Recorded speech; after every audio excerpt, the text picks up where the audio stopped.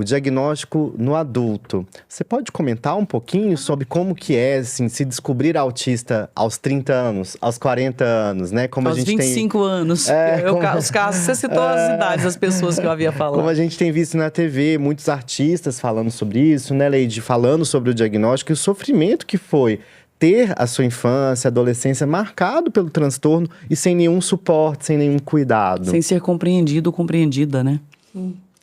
Então, essa pergunta também teve no meu Instagram, se o diagnóstico era diferente, tudo, como que era o diagnóstico, né? Gente, o diagnóstico é a mesma coisa, assim, é clínico mesmo, né?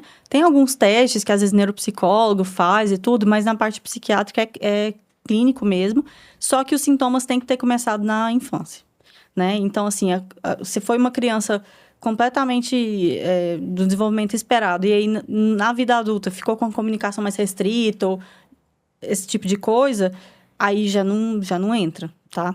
Então, assim, o que acontece, né? Como a gente tinha falado no início, tá tendo esse diagnóstico em adulto porque há pouco tempo, né? Há pouco tempo a gente não falava de autismo, né? Então, às vezes, na infância das crianças, ninguém falava sobre isso.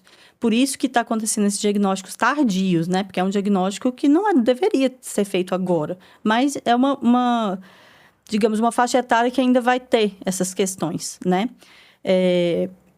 Precisa ter as mesmas coisas, tá? As mesmas características. Então, muitas vezes, o adulto, ele fala, nossa, agora eu entendo por que na infância eu fazia isso, eu fazia aquilo, eu brincava só sozinho, às vezes, outras crianças faziam bullying pelo jeito que ele era, né? Então, é muito interessante porque, às vezes, a pessoa vai se identificar mesmo com as características, né? E, hoje em dia, o diagnóstico tá todo mundo tá todo mundo sabendo, né? Conseguindo ler na internet, tudo. Hoje até a gente tem os TikTok da vida que até fazem um pouco de serviço, né? Mas, assim, hoje em dia as informações tá muito clara para quem quiser, né, procurar. Então, às vezes a criança, o adulto vai se identificar com muitas das características que tem. E, às vezes, ele mesmo vai procurar, né, o psiquiatra ou um neurologista, enfim, né, para fazer o diagnóstico, tá? Então, é muito interessante porque essas pessoas, geralmente, elas se adaptam bem ao diagnóstico, porque elas já desconfiavam, sabe, de alguma forma. Então, eu não sei como é que foi para conhecidos seus, Leide, mas eles entendem bem, sabe, o que acontece com eles. Ali era uma coisa que ninguém nunca explicou para eles. Foi muito dolorido. Eu ouvi o depoimento das três, são 2 mulheres e um rapaz, foi muito dolorido. No caso de uma, ela é professora e ela, assim, teve que aprender a conviver no mundo. Sim. E a outra, a mãe estava presente também, e a mãe dizia assim, nossa, Leide, como tudo fez sentido depois que a gente fez agora o diagnóstico, ela tem 27 anos, a filha. Ela disse assim que a filha tinha um grau de irritabilidade com barulho. Então, por exemplo, ia com a família num restaurante almoçar.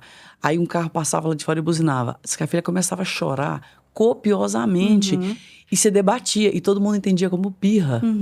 E essa mãe, né, eu fiquei muito até emocionada de ver a conversa das duas, porque essa mãe teve muita paciência.